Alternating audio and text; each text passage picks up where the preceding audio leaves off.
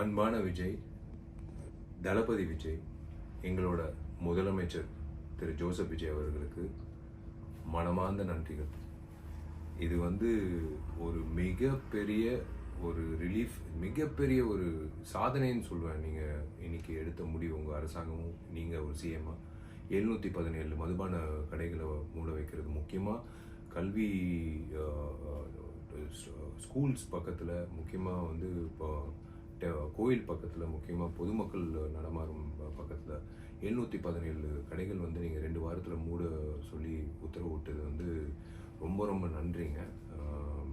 Hats off to you dear CM.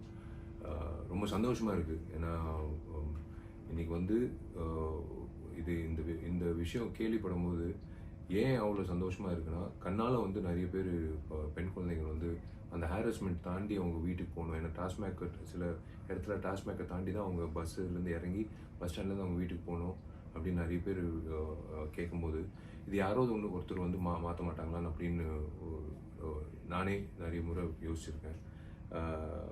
இப்போ அது நடைமுறை செயலுக்கு வரும்போது உண்மையிலேயே ஐ சல்யூட் யூ.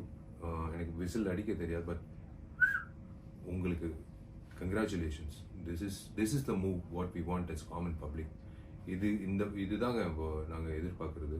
ஏன்னா இது அஃப்கோர்ஸ் கவர்மெண்ட்டுக்கு ஒரு வருமானமாக வரும் டாஸ்மேக், அது எல்லாருக்கும் தெரியும். 20,000 கோடிக்கு மேலே வரும். பட் இருந்தாலும் நீங்கள் அந்த ஒரு விஷயம் 717 மதுபான கடைகள் நீங்கள் மூடுறது ஒரு மிகப்பெரிய ஒரு ரிலீஃப் கொடுக்கும், சந்தோஷம் கொடுக்கும் எத்தனையோ பேருக்கு, பொதுமக்களுக்கு, பெண்களுக்கு,